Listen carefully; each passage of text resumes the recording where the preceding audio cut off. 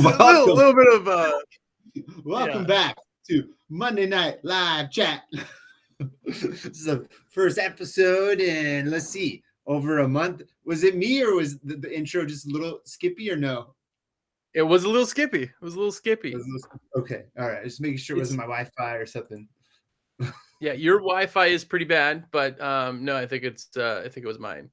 Okay, good. Yeah. Well, welcome back.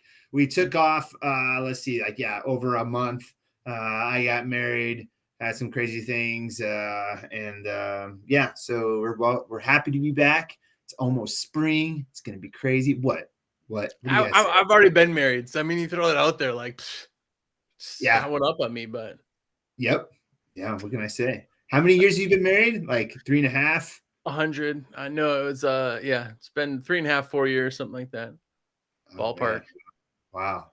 Should I ask your wife how long you've been married? You seem I've been married for this will be 19 years this year. Oh wow. Yeah. I'm a month into it, so we'll see how it goes. I've already had some questionable moments. I'm joking. That's right. Already. By the way, I just want to say what's up too. We are one pressure washing, of course, is first. Window Guys is always here. Jake Strangle, probably butchered that name. Double View wants to say hi to you. That's cool. Hey. You didn't have to say hi to me. It's cool. Hi, SteveO. Yep. Fine. Alex Tries, of course, is here. The Boosted Gamer, what's up? Tim the Squeegee's here. Evan Stomp, EJ Solutions, Nick Stafford, what's up? Katie, the WC, Jordan's here. Man, there's just a ton of people. If you're here, by the way, check in and say hi. Even if you just want to say hi to SteveO, it helps. Yeah. The super comments really helps this show go crazy. Yeah. All the questions that get asked in the comments. We didn't upgrade to like the paid thing. I don't think I'm ever going to do that. Really, it's just weird. But it's cool though to see all the different comments come in and everything. And we always try to get to everyone's questions as quick as we can. If we miss it, maybe repost it in the comments, and that always helps. But yeah, as always, if you guys have never been here before, Monday Night Live Chat is just about any question you have window cleaning related. That's kind of what we're here for, is asking any of those questions from beginner to veteran questions if you have any, if you're a veteran. So that's what we encourage on this show. So yeah, that's why we talked. That's why our topic is, why are you scared to clean insides? I don't know why lately, and maybe you don't have this happen a whole lot, but I have had this come up a lot in the last 3 to 4 months, of people that are like, I want to clean exterior only. I never want to go inside. I don't want the liability of going inside. And I always try to explain, why wouldn't you want to sell the product of cleaning inside and out, so they really get that clear view, instead of leaving the insides to the customer, and usually they're using Windex paper towels, or they're using some sort of organic chemical that makes it look horrible. It's super weird though too. It's like, I want to wash cars, but I don't want to vacuum the interiors. Yeah, exactly. That just seems like I don't know. I mean, I get it if you're a pressure washer and you want to do just outs, because you're going to house wash and then pressure wash, or do the windows, but I don't get it. If somebody's here, by the way, please do let me know if you're the type of person who only does outside. I would love to ask you questions.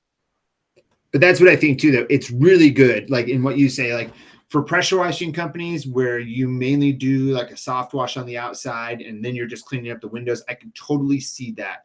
But if you're window cleaning only, I think that you have to be able to offer insides, and you have to be able to have the confidence to go insides. And I do think this stems from a lot of videos that have been being posted on YouTube and TikTok in the past year from a particular individual. Well, listen, I think I'm going to say I would 1000% rather only do, I would 100% only do outside. It is easier.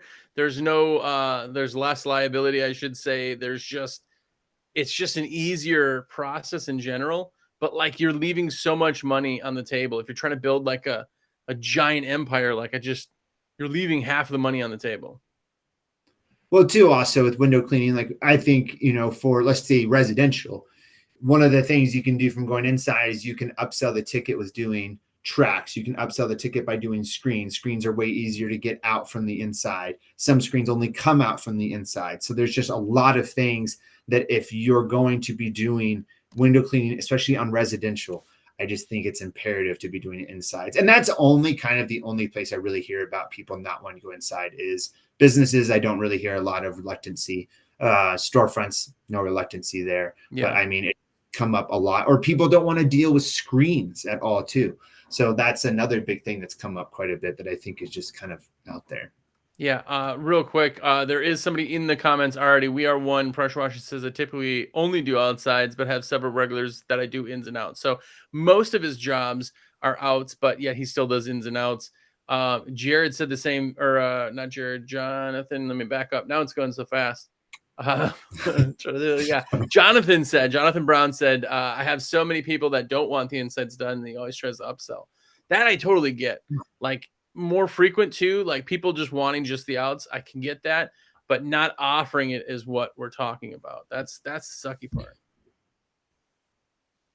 Man, having so like there's literally people, like a good group of people that now in your area in Wisconsin, when you were working, would that come up quite a bit that people didn't want you inside, or usually they expect you did the inside? I did probably still, I forget the numbers, but I want to say I did 30% of our work just outs, and the rest 70% was ins and outs.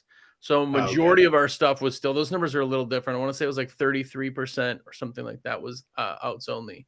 But the only reason that number was as high as it is because a lot of the people that we did have, say like monthly, we had a couple people every 2 weeks, that kind of thing. It was outs, it was outs. Once every 6 months we did ins and outs, and then outs. So it kind of inflated those numbers a little bit. Right. Yeah. I mean, I think I always have where customers will say, hey, we'd like to get the windows clean. And they say, do you clean the inside? Like almost like most of the time they hear that we don't. And so that always surprised me. Like, oh yeah, no, always clean the inside. I like cleaning the inside. Now, just like you said, outside only, super awesome, super easy. You're always going to make it look better than the inside, but it's just something that's come up so much. That's why I just had to bring it up. Yeah. The one thing I don't ever do is blinds. And Edward Ombakdo, he's asking about blinds. I didn't do blinds, man. Because like how much I got to charge for blinds. Like if you have cheap blinds, it doesn't make sense. Like you literally throw them away and buy new ones. If you have good blinds, then it's like a whole process. Like it gets into ultrasonic cleaning and like, little finger thing, I never charge for that because it's like I'm dusting your blinds at this point. We always had I never did it as like a service that I ever try to upsell because I hate doing it. But we use the little Swiffer duster things that, like you can just put through and dust everything with. Because we did a lot of blinds at Fish, tons of blinds. Really? Like every single, like not every single, but like if we did a dental office or a bank or something, we always had those with us because we were cleaning the blinds as we cleaned the windows, and it was irritating. Yeah. But I don't know like how much they charge. But if I was to charge for blinds, let's say, gosh, I feel like for each set I would at least do like $20 to $25. Yeah, they're just a pain in the butt, and they like if you dust them, that's fine. But like, man, without ultrasonically like really going at them, it was one of those things that I just never felt good for charging. Yeah. So did you ever have this ultrasonic machine? No, but I knew somebody who did, and we would sub the blinds, like to send it to him. It was giant. Dude, he paid, I want to say like 100 G's for his trailer. Like it was an ultrasonic trailer. It was an ultrasonic trailer that had the big tanks and stuff inside, so he could do blinds, and there was like hanging stations and like. Wow. Yeah, so you must charge something for blinds, but. Yeah. Dang, man. I don't. That's why I subbed them. I've heard you say that before, and I thought you were joking. No, dude, I got like a stipend or whatever, like a finder's fee or whatever, and it was like $7 a blind I got or something like that. So like, we subbed it. I mean, how much was he charging that he could just throw at me $7? But yeah, right. But yep. And by the way, this is a shameful like thing here to get extra likes and clicks and views and comments, but I have not seen anybody but like a couple people say congratulations to SteveO for getting married. By the way, I think everybody that's in here right now should say congratulations with just like just put an F just for SteveO. An F? An F. That's like keyboard talk for like Sorry for your loss, man. It was a good wedding though, man. It was a good. We had a good cruise wedding. It was nice, man. It was chill. We kind of did our honeymoon and wedding all at one time. It was super nice. Look at all the F's coming in. That's great. You guys are so awesome, by the way, that are watching. Thank you for that. It's just a shameless way to get extra comments, but it's so great. Yes, many people texted me too. So that was very nice. Like that doesn't count. Huh? That's not a wedding. You just went on a cruise and happened to have one night was a little bit more special than the rest of them, but like that's like that's what we want to do though. It was like a small family thing. Weddings are so expensive these days, like so freaking expensive locally that every event center you look at, it's like this $30,000 minimum before you even add on plates. So stupid. It's like, what are we talking about? You could buy your entire party like a cruise for the price that you would just like rent a hall. Yeah, no, exactly. Because your viewers here are special, there's something that we're trying to put together for the huge convention that that potentially may come to fruition. And the event halls and things that we're talking, it's like $1,000 an hour. Yeah. I thought so. Yeah. I thought so. Not that this is bad, but it just like, don't you wish you could have a room where it was like, hey, it's just $1,000 to stand in this room. Right. Yeah. Ooh, we have a question. Yes. Ready for this one? Yes. Jonathan Brown. How do y'all charge for in-size? I seldom get the same amount of money for in-size. It ends up being another 80% for me around here. So let's see here. So means he's charging 80% of the price for ins? I think he's saying I don't know. And how does he? I have a question for you, Jonathan Brown. How are you? You said you're only end up getting, like, aren't you the one that charges? Can't you charge like the money you want to make? Here's how I always put it. And you can tell us how you put it too, Jersey. Is that I always do the inside and outside price first, and then their outside only price is 60% of whatever that inside out price is. Now, if they were asking for deep cleaning of tracks or something inside only that I could only get to inside, of course, I subtract that and then do 60% of that. But I've never done like an inside only price unless it's like an office building with partitions and stuff like that. So I guess what I could say is that if I was really going to do inside only, I guess I would maybe do it at like minimum $5 per pane if like a home really wanted that or something. And then, larger windows at maybe $10 per pane, and maybe that would be it. But then if you're looking at like commercial stuff, you could do, usually $4 outside for mid-rise stuff, and then maybe $3 to $4 inside, kind of prices like that. But that's what I would kind of look at. Yeah. So he's saying he's getting some pushback on it. And this is how I charge. I'd be per pane is how my pricing. This is residential, but it's $750 per pane ins and outs. Or if they want to just the outs, it's $5. So I'm like the same on you. It's like I make way more money by doing just the outs than the ins and outs. But like the ins and outs, I don't need, to get my water fed out. I don't need a blah, blah, blah. You can walk right up. I can do it. I can have both people doing it. I'm already there on site. I don't have to drive there. So I actually make less to do the inside. Less to do ins and outs than just outs. So I guess I can kind of see what he's talking about, what he gets there. But again, that's if you're doing everything, I can see why that is less to do just ins and outs than to do just outs. Okay. Yeah. Yeah. I get it. Zeno, question from Zeno, almost like zero. I'm struggling a bit with this now. How much is reasonable to raise prices for the new season to adjust for inflation? Oh man, we've been talking about this a lot. I'm thinking between 10 to 15%, but it's a tough and I have no reference. I really think that like 10% to 15% is a pretty golden area. I think even if you raise by 10% every year, that's what I would kind of shoot for. If you have accounts that you really need to change their price on, you can kind of look at those. But I think that 10 to 15% is a smart area to stay in. Almost like 10 was almost what I was always comfortable with. Yeah. One of the most popular podcasts I did was just like a couple weeks ago, and it was just about that, like how to raise your prices. But here's like the just general dumbed down information is that inflation last year was 9%, which means if you do not raise your prices this year by 9% in 2023, you make less money this year than you did last year. Like you're making less money per hour, because if a gallon of milk ends up costing you $4 instead of $3, like your money it's not as affordable. I mean, that's why, inflation works. Milk used to be $1 back in the day, your dollar was worth more. So you have to. And I always do 2% above inflation, by the way. That was my goal. Where'd you get your percentages, Josh? I always just did 2% over inflation. That's just what I did. Now, where did you see this 9% inflation? Oh, I don't understand. That's like a national inflation number. Oh, really? That's what they reported was 9%. Yeah. It's insane. It was like somewhere in that ballpark.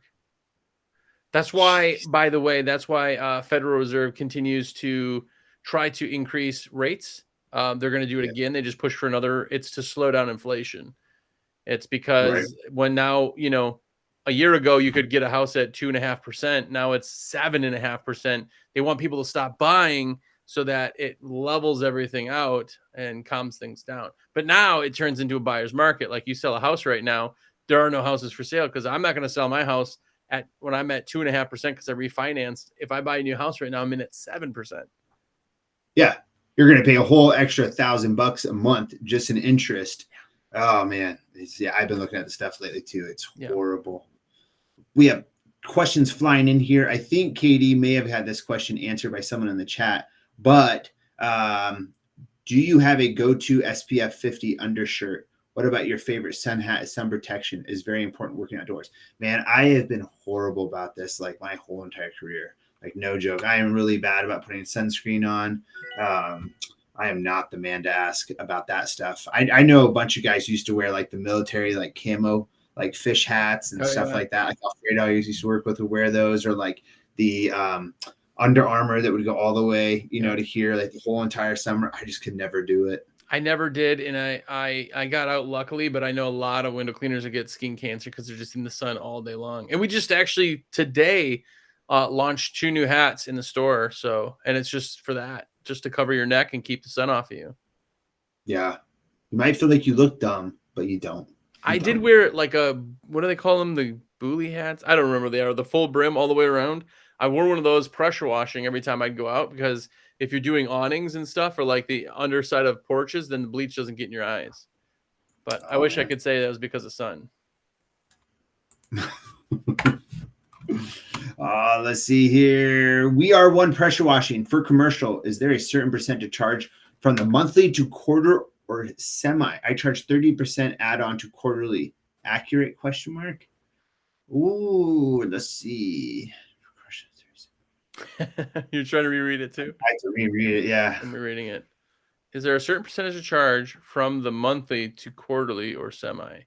I think what he's, and correct me if I'm wrong, are you saying that you're charging less? Like, what is the percentage difference if you're doing it like quarterly versus once a month? Is he charging less and he wants to know how much difference is it?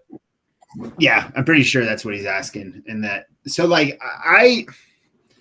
I guess I've never looked at it in a percentage way. I've looked at it more of like a paying for price way.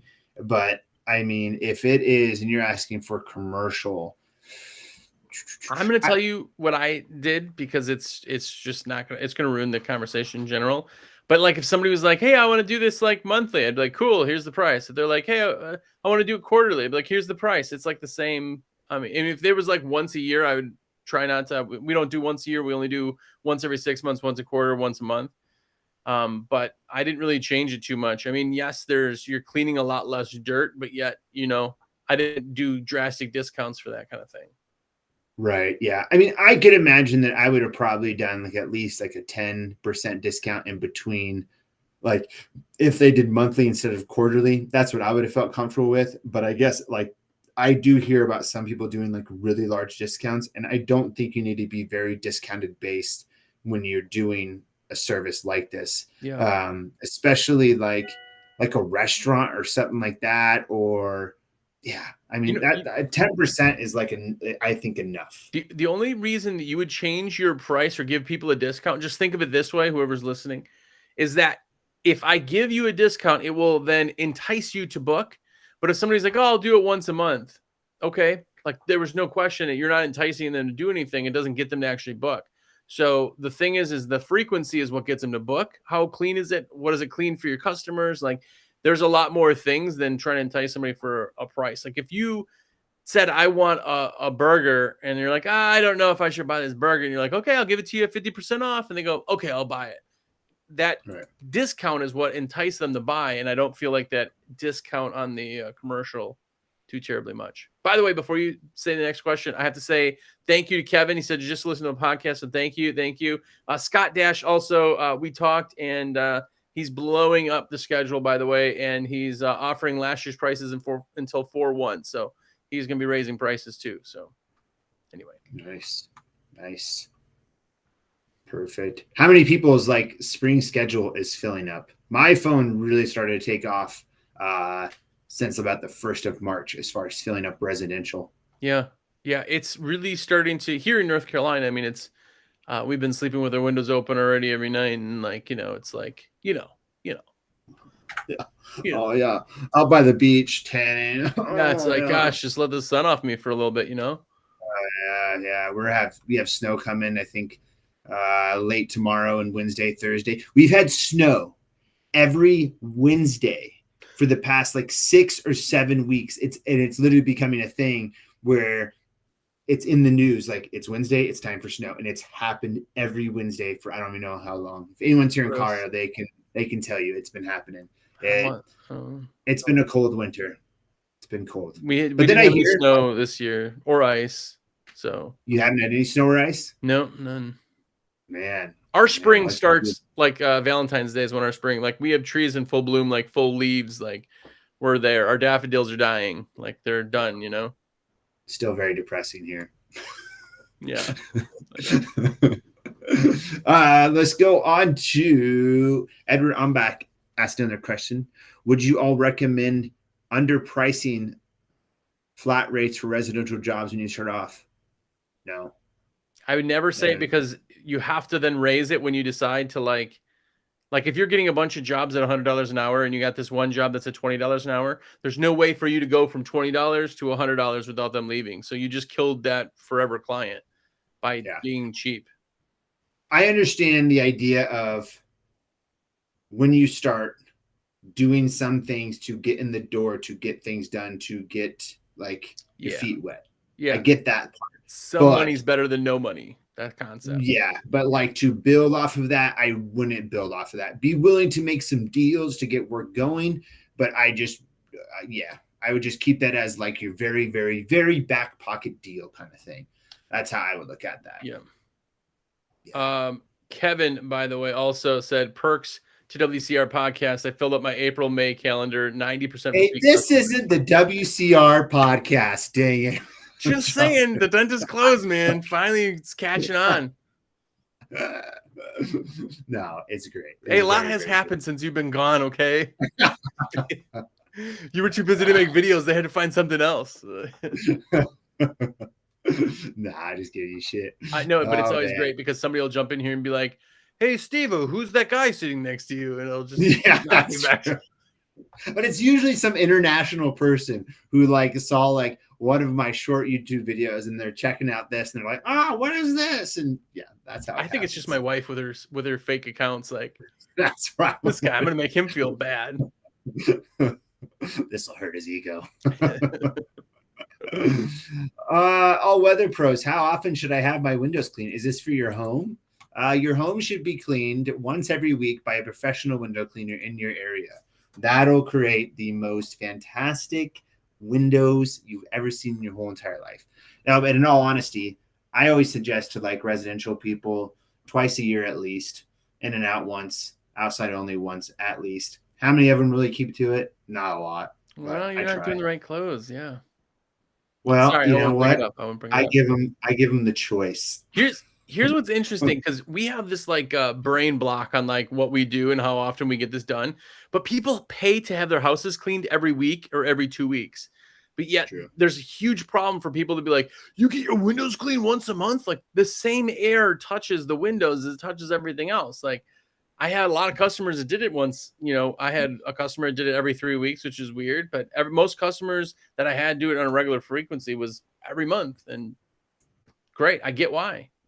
I hate it. I mean, we had, I would say like 4 or 5 homes that we did every 4 weeks. And that, I just felt like it was way too much for a home. Like you would go, there was like nothing. It was just, it was almost more irritating to clean those than dirty windows because You kept it up, you know? That's what's like. How often do you wash your car? You're bad. You're bad. I should probably ask you. You were telling me about your haircuts the way here. Yeah. But I wash my car, if not every week, probably every 2 weeks. You know, like I try to keep up with it. I could see it. I do think that, like, you know, once a month is a little excessive just because there's not a ton on there, but I'm more than happy if somebody wants it, man. Those are the best ones because it always looks amazing. Well, but you look at the UK, you know, you look at them, they do rounds on homes, and that's like a thing. That's the only truly, thing. yeah. That's it. Yeah. That's all they got. We Are One said dentist close is great, but 2 clips is way more gooder. Yep. Oh, yeah. No. That's right. Us 2 clippers and gooder, you know. Did you like the TikTok I made of you? Because I always like poke fun at you like secretively, and then today I made a nice TikTok for you. You did make a very nice TikTok today. That was very kind of. Are you talking about the other TikTok about the dog licking the window? I always like once every 2 weeks I'll do something about SteveO in there. I usually don't tag you because I want to see that you're not watching them, of course, but you're busy doing other things. But I did tag you in the dog cleaning one. Let's see here. John Forrest got 2 clips on my 6-inch. All right, Roger, copy that. All right. All weather pros. Did we already answer this? Yes, we did. Yes. How often? Into blue window cleaning. What would you do if a client who you charge correctly, but their referral that is their family has a bad ticket price and they are picky? How do you deal with that? What would you do? Oh, I see what you're saying. So the one person had too low of a price, and then they passed that price along to the other member thinking they were going to get the low price. I hate that when that happens. Yes. I'm like totally upfront with them though. I'd be like, yeah, that was their price. You know, they've been a member or a customer for a long, long time. And, you know, prices have kind of changed and we've worked with them. You know, the current price is this, you know, but because you're a referral, maybe I can knock off this, or I won't match that price. But, you know, that it's tough. It's tough because then they get upset and then the other one, but it's like, the other one knows how good of a number that they are having then, and they usually stay your customer. So I had this happen recently with a real estate agent where they called me out of the blue to do a home, went and did the home, got really rushed there on something else to get out of there. And it was the first time I've ever done this, where I got done with the job. I didn't even care about like what the amount was. I literally just like threw out a number, and I knew it was less than what I didn't overcharge them at all. But I was like, here's the price. But I knew it was like a little bit cheap for what it was, but I just needed to go. Like I kind of rushed the job near the end. And so got the price. The real estate person called me 2 days later. Oh, they're really happy with the job, blah, blah, blah. I got another house, pretty much like same size. So what did you charge this house? And I right away told her, I was like, no. I was like, every house is different. I was like, no. I was like, you can't just go around telling people like my prices are my prices. I will take care of that. You take care of like this referral whole thing. But no, like you never, ever tell them anything about what the price is. That is my whole conversation. But like I've gotten into a situation with another real estate person like 5 years ago where I made the same mistake, not rushed, but underbid her house. And I was at the time making mistakes here and there with bidding. And she told all of her friends in the whole entire neighborhood, and boom, had a bunch of moms calling to get their windows cleaned like every single week saying, oh, and a lot of these houses did look the same. Like they had the same exact windows everywhere. And we got stuck. And then finally I had to say to one of the ladies, like, no, like we need to do it at this price. And this is what it's going to be from now on. I underbid you. And it was one of those things where like, they tell you what they want done. And then during it, like you're so busy, they're like, oh, can you do this? Can you do that? And then they leave like before you ever get to give them the bill or like something like that. You know, my policy, My policy was all or nothing. Every time, all or nothing. You did all the windows or nothing. Like if you're pointing out windows, I'm not going to do that. Like I'm not. I would. So I bid over the phone for basically 100% of the customers. And if we got there and they screwed up the price, like they told me that they had like 20 windows and they ended up having like 60 windows, I would say, hey, you could pick out 20 windows if you want. Otherwise, the price is this. And nobody ever picked out the windows. Other than that, I because people you go and be like, oh, I got these 6 windows. What's your minimum? I want like. I'm not going to walk around. I'm not going to spend 4 hours here walking around windows to pick the ones that you like. I'm not doing that. Don't step over dollars and make pennies. Yeah. Let's see. Hey, what's your what's your Carlos, dentist by the way, closing? Carlos, I was just going to read that one. Tips on getting commercial corporate offices getting water fed this week. By the way, congrats to Carlos. That's awesome that he's getting water fed this week. But what's your tips for getting commercial and corporate offices? Oh man, commercial corporate offices. Talked about it many times on here. But the biggest thing that I think is that one, getting in with that property management company, and usually you can find that in the building, like in the entrance area. If you haven't gotten already, getting connected with them. Also, what we've done a lot of in getting in with commercial people is also hooking up with local commercial janitorial companies. Yeah. And that was probably the way we got the most amount of commercial work, whether it was interior or exterior. We definitely got more interior work because usually the actual owners of the building had a company that did the outside, and then this janitorial company took care of the inside, and they took care of everything. So one of the things is window cleaning. They were always insured only to do, what they could reach. And then we would do all the window cleaning with like the pole work, any ladder work, stuff like that. So that has always been my way. I've always found it to be a process in getting through to them. But also I think too, putting together like a proposal of what your business is and going in and presenting that, other than just trying to email and trying to connect, is a really good way too to present your business as professional and really get in the door. Yeah, that's it. There's more work to commercial. I mean, there just is, like houses, you can do mailers, you can't mail to corporate. We are one said unsolicited bids. Absolutely. Those are perfect for that. Finding out who the property managers is. Somebody else, Antonio said it's always the real estate agent. You can find real estate agents for that. You can find property managers. You can find all those people, and then they end up giving you all these buildings. I remember my first guy really helped me get into it, and then as soon as I got into the whole world of property managers, it was like every property manager talked to every property manager, and I was just the go-to guy. So yeah. And I would add this too, in that I wouldn't always be so worried. Like, of course, you want to be able to get as much work for them done as possible, but in the chance that you're midsummer, you're super, super busy and can't get a building done, most of these companies have a list of companies that they're calling and going off of. So I wouldn't always worry. Like sometimes we get to the point where, like, even with real estate agents, I've heard people talk about this. Well, I can't get to their home. They're going to go to somebody else. No, to me, you are on a list with these companies of like people they're contacting. And I've had real estate agents contact me like 15 to 20 times sometimes before we can sign them up. Like that's bad because we don't have the amount of people to serve, which you do want to have. But I just wouldn't like stress it heavily that if you couldn't get to it, don't worry, they're going to hit you up again for that type of building. Yeah. So just something I like to put out there. Yep. 100%. Yeah.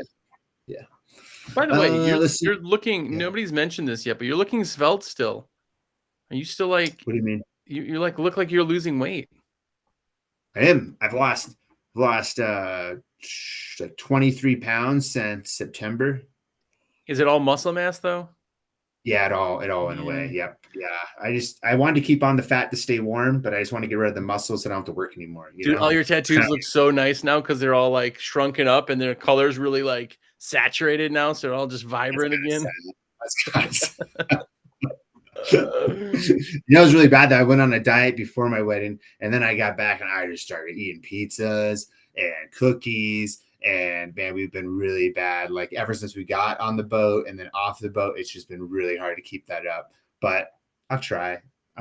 Diets suck. Diets are super boring. Getting into like summer, springtime, like that helps so much when you're out and like you can't help but like you don't wear a sweatshirt all the time where you're like you take it off and you're walking to the shower like, oh God, what happened? Like what did winter do to me? Yeah. What happened is that when we went out to Wisconsin, there was a picture taken on the roof of where the wind was like hitting my belly, and I had a belly button about the size of like this in the picture. And I said, I can't take this anymore. I need to lose weight. And I went home, and that week started like exactly. There was so much of the video that I did take out of there. I didn't even put on because like Steve's not gonna like this one because the wind was blowing pretty heavy. So it was blowing really hard. So it was blowing the wrong angle. So good. It was bad. It was bad. Now everybody in the comments would be like, "Wait, where's there was a video of Steve's belly button? What happened?" Yeah, you know, OnlyFans, guys. Yeah. Let's see. Kevin asked real quickly, SteveO, when you dropping more videos? I miss your videos, man. I love listening to WCR podcast. I need more videos. Well, that's it. It's just WCR podcast anymore. All right, guys. Thanks a lot. This was a great show. SteveO. Signing off. Here's the thing I would tell you about like my YouTube channel and everything, and that I am progressing into that. I don't clean windows as much as I used to, and that's just due to sales. People probably don't realize how busy like Jersey and I are in that realm, like because you guys don't see it, you know. So that has really taken over a lot. So anymore, my window cleaning is more just residential and not so much storefront or commercial. So I don't have like the year-round work anymore that I used to have. So this was the first like really winter where I got to take off a bunch of time, but I just put that time back into doing sales at the same time. So as much as a lot of those videos, you know, were great, and I get a lot of comments of, hey, why don't you do the videos of like on a job anymore? One, it's due to that I did that for so long that I truly don't enjoy like putting a camera on my head at someone else's house anymore, to just be real. And then, you know, also I am putting together a whole different thing that will, I guess, take over what that was in a different fashion, but that just is all that's all being built and coming to light. But that's going to be a whole different thing where I'll really be able to go through like for instance, like every hard water removal chemical and show you exactly how long it took or what it's doing. And that will be more helpful, I think, than any of the content I've put out. But it is going back to like how-to videos, but I do enjoy those, but I want to do them in a whole entire different fashion. And so that'll come. But you know, that's kind of like people ask this a lot. And so I guess, you know, with as many subscribers and as many people watch and stuff, I can give an explanation of it. But also, I kind of look at it as it's my YouTube channel. I kind of do what I want with it. I never, ever grew this thing to be what it was of what it's turned into. I never had that idea at the beginning. I've just kind of let it snowball into what it's become. So I'm super happy with how much it's helped people. But then again, as times change, the channel has to progress into different things. So some of those old style videos are just not going to be a part of it, I guess, really anymore. But that's just the progression of times. Dude, you know, you're at 29,600 subscribers. You're 400 away from 30,000 subs. That's phenomenal, because you even said how many times that you thought like 20,000 was like just not going to ever happen. Like that's the cap. Like you can't. Yeah. But you have almost 30,000 subs. Like that's nuts. Yeah, it's cool, man. It's you know, Luke and I used to talk about it, and Luke really felt like 10,000 was really the max in window cleaning. Like, how could you ever really get to more people? And I would say this, as you like watch my channel, I think a lot of it too is I have been on YouTube since 2012. So I never really got a big following until maybe like 2018, but I've been on here for like a long, long time. So I don't know what that really means or how that helps it, but you know, just wanted to say you were on there a long time. Little SteveO, young. Yeah, it's been over a decade. Fresh-faced SteveO. You're like, what is that? What's that dude's name that does videos? Austin. I forget the guy's name. Where he's doing like little videos, and he's like, "Hey, this is a squeegee." That was little SteveO back in the day. Yeah. Super young. Yeah. By the way, Kenneth Turner has he put like emojis in there so we could see it. But there's a great question: how do you go about putting taxes away? Like, how do you put money away for taxes? If you're a sole prop or a sole owner operator, how would you do it? You need to set you have to set an amount of money that you're going to take out every month to cover like your personal expenses, right? And then what you do is you make that amount. Let's say that's $4,000 a month that you're taking out to pay like your mortgage, all your stuff there. Boom, that's what you put in your personal account from that, and you leave the rest in your business account. If you are in your first year of business, you really need to be careful, because then when you go to tax season, not only are you going to start owing for the next year of your estimated income, you also owe for that whole year previous. So almost by the time you get done with that, at least like 50% of your money that you pretty much made in year one is going to be gone to taxes. Like, and that might be a little bit high, but it's pretty freaking close to that. So honestly, like in your first year, you should really, really be saving as much as possible. But I really think creating a budget and these are my needs. Like, these are my absolute needs price wise. That's the money you take out, and you take out nothing more than that. Yeah. And then after about year two, that's when you can start having a little bit more play with everything. But that's also when you're making your quarterly estimated payments. That's how I look at it. What do you do? Yeah, I did 30%. 30% of every check every time I went to the bank, every deposit, whatever that total was, 30% of it went in my tax account. And then at the end of the year, if I did good on my deductions and everything else, and I didn't owe 30%, then that went into marketing for spring. I need that remainder, and it just started all over again. It didn't just go into your next estimated payment? That's what mine does. I didn't even do estimateds like in the very beginning. Yeah. Oh, okay. Like some states don't require estimates. Oh, Wisconsin didn't? No. At the time? Not at the time. Oh, that's nice. I did later just because it started getting so big that I had to. But I didn't collect sales tax, so I didn't have like tax. I didn't have to put in my sales tax things. We didn't have to collect sales tax. So then it was just estimated taxes after a certain while instead of writing a big, giant check.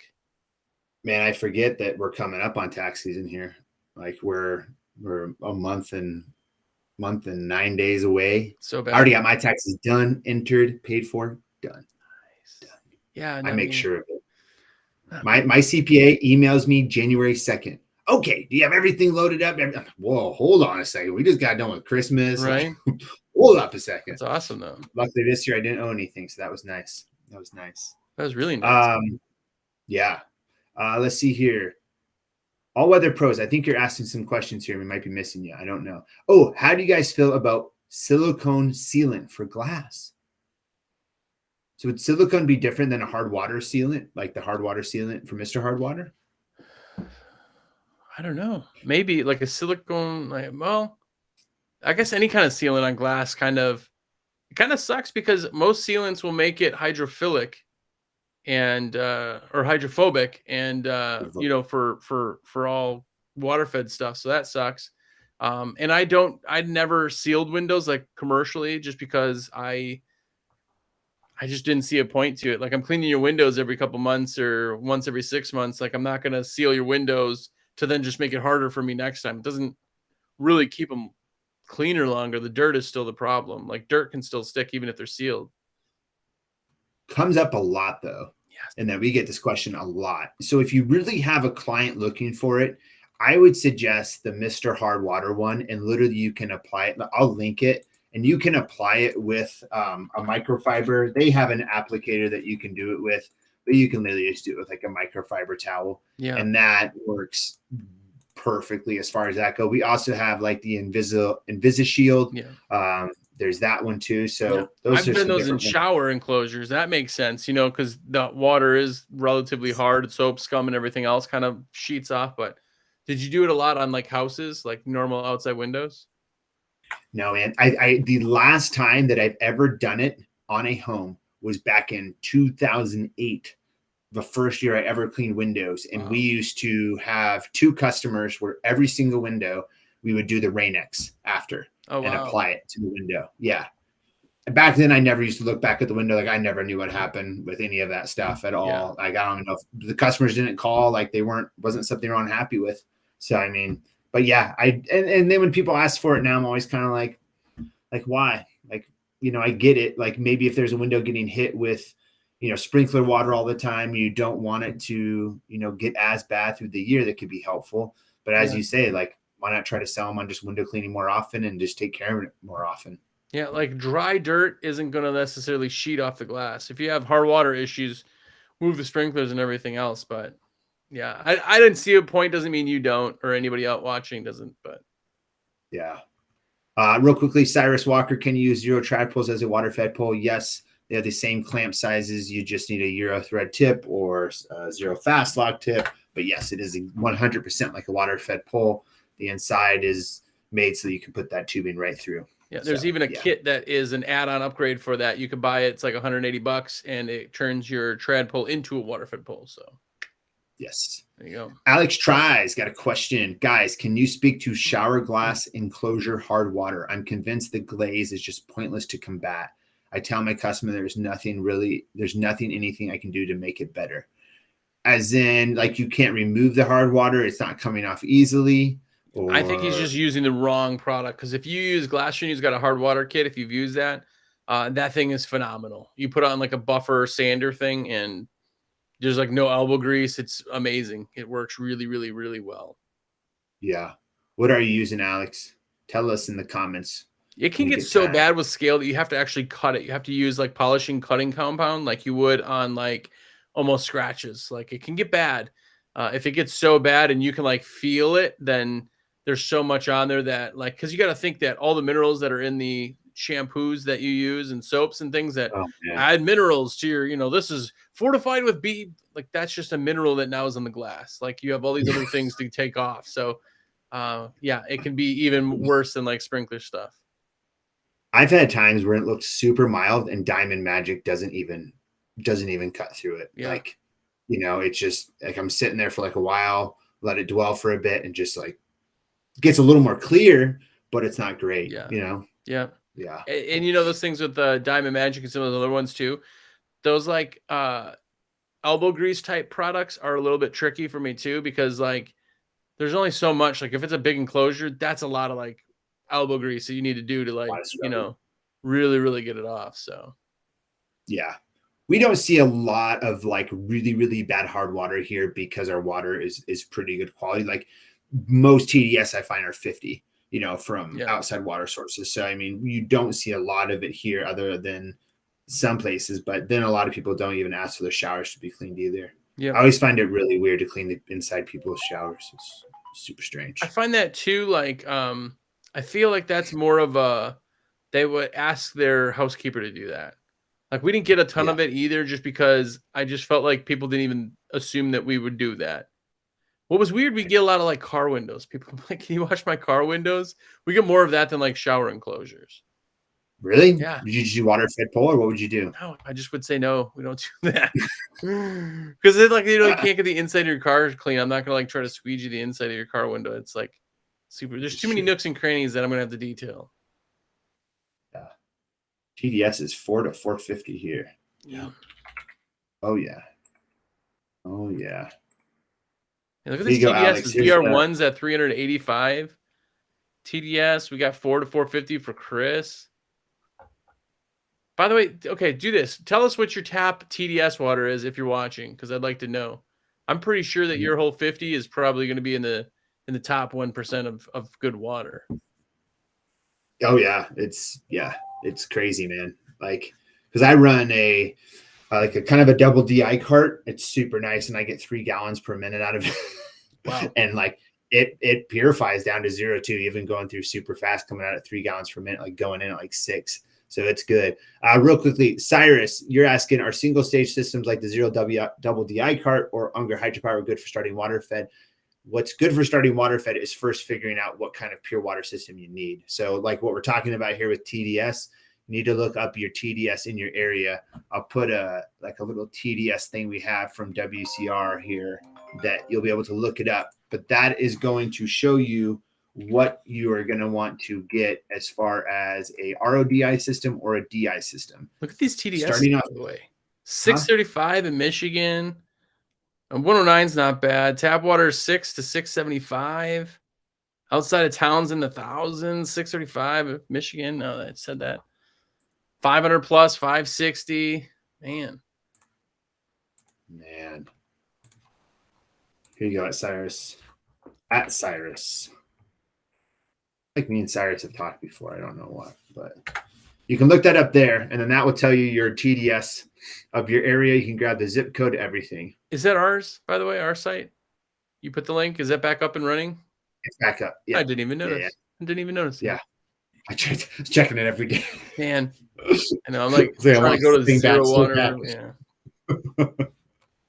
By the way, the new Yeah. site is up and running, and it's absolutely amazing, and it's finally starting to smooth out. If you guys didn't know, also, you can have us save your cards for you to make it easy. We can't save them on the site though, still, which is kind of funky. But man, it's been a really interesting like couple, I would say months, where like we had some like just people having like not such a smooth checkout process, and now we're finally like revamped everything, and we just started from scratch, and It's nice. everything is changing, and it's getting to be back to being like super smooth and super fast and super just fluent, which is amazing, and it makes me happy. Yeah. Real quickly, Tim the squeegee guy asked, I do have a question. Can I add a bigger resin housing to a Xero Pure system and not lose flow? You could, okay, so let's say you have the XPR and you have the 10-inch DI cartridge. Yes, technically you could put a 21-inch DI cartridge on there. Do you need it? No. But if you just want to, change out your resin less, then yes, you could. But what's it going to do? It's going to add more weight to it. So that's something there.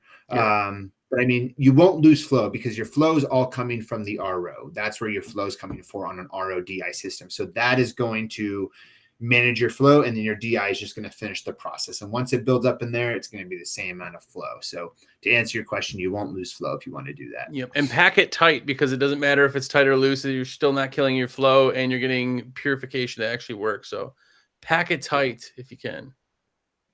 Squeegee King asked how much I charge for solar cleaning. Solar cleaning, I think it's really, really important to have a minimum, since it's usually always going on roofs.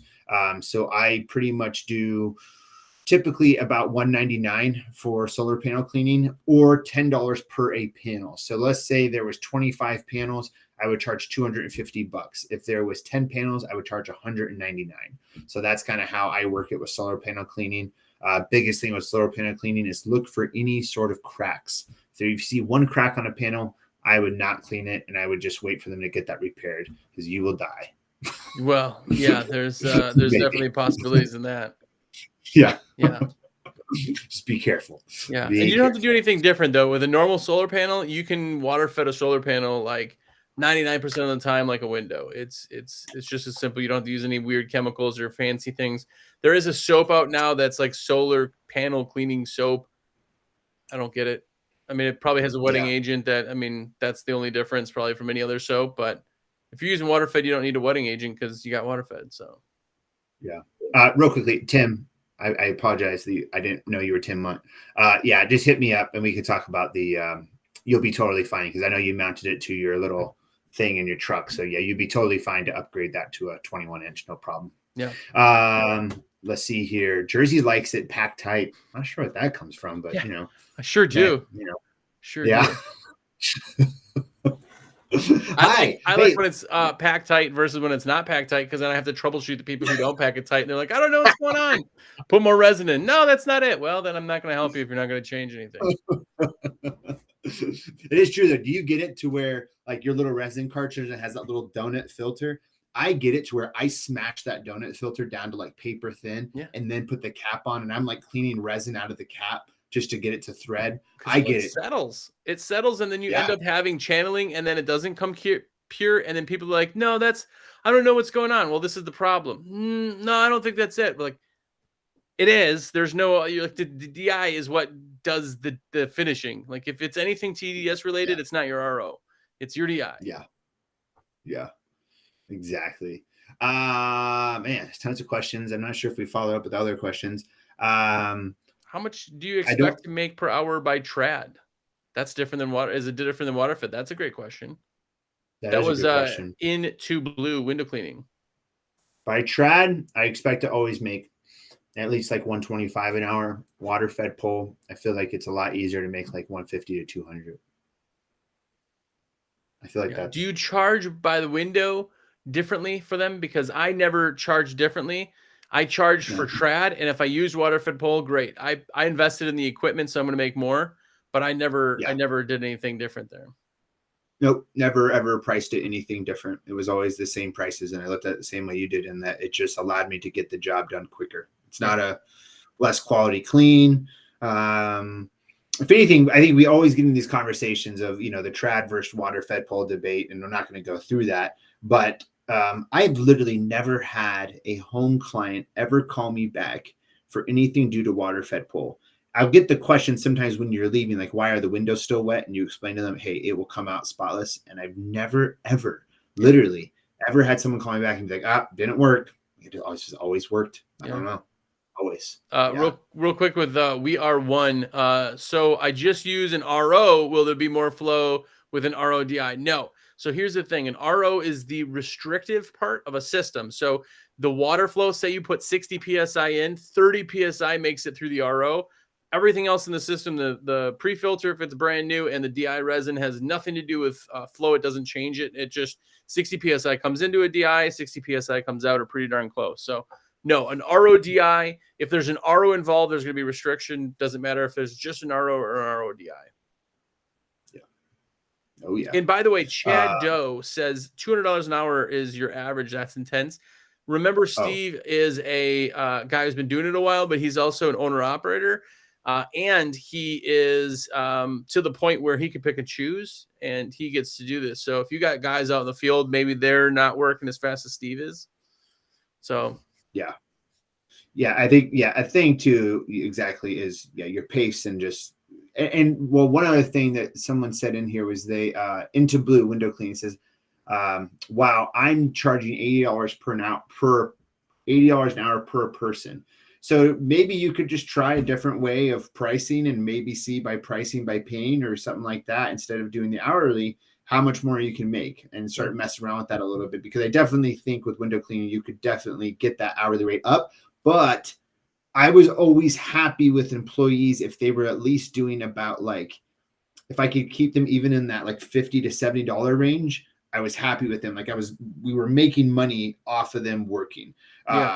So that's a good range to still have workers that can work at 80, because you'll get some people, it's like hard to get them to work at $30 an hour. Yeah, and you have different different speeds. I had a route guy who would, even on route, he was doing like $85 an hour, where my house guys, even in the fast route crew, not all of them would get $85. One guy would be doing a little bit less in production than the other guy. So it just depends on the person, you know? Yep. And you have your bad days and you have your good days too. So know that you have your really bad days where you walk away hardly making anything. And that happens to me too. So yeah. And if you have $80 an hour and you're a little bit leery on that, the next job, just charge $100 an hour, you know, price that quote that way and see what they say. I doubled my price on house washing. This is years ago. I literally doubled it, and not one person said no. So that just means I wasn't, you know, not that you need to double your prices, but that just means that my prices weren't quite where they should have been, when everybody's out there going, yeah, my customers, they won't do that. They won't pay that. They won't pay that. And they've never tried. Not ever. Yeah. Well, nice. Well, that's an hour. Boom. Boom. Glad to have everyone back. If you enjoyed everything, make sure to click the like button. That'd be awesome. And then and then we're gonna be back. I don't have any vacations planned. I have nothing planned for a long time. So yeah, exactly. We never know what Josh has to do. He just leaves all the time. So what? No, not gonna wait another month. We are one. We will be back in exactly 2 weeks. So we will be here. And it will be Mondays at 7:30 Eastern. And so and we'll see you soon. What do you have to talk about? There are two things I want to bring up. First off, SteveO, the window cleaner himself, is only 400 subscriptions or subscribes or whatever subs away from the monumental 30,000. So if you're watching right now and you're not subscribed, it literally costs you nothing. Just hit the subscribe button on SteveO's channel where you're watching this. It would absolutely mean the world to him. I know, because he's trying to hit 30,000 just so he can brag to people on the street. And also, if you haven't checked out American Window Cleaner Magazine, of course I got to hawk my own stuff, but go check that out. Go to awcmag.com, get a subscription, because it would mean the world to me. And both SteveO and I are both reps for windowcleaner.com. And yes, we can put your orders in. And yes, it costs you nothing extra. And yes, it gives us money to do that. So, yeah. Yes. Yes. How do you think SteveO lives the lavish lifestyle he does? Cruising around on ships. It's by putting orders in. We can't talk about that. We can't talk about the things I do to live that life. Not here. I know. Well, a whole lot of feet pictures, I guess. Yeah. All righty, y'all. We'll see you in 2 weeks. So we'll see you guys around. We'll be talking to you on the phones just like usual. So it's nice to have everyone back.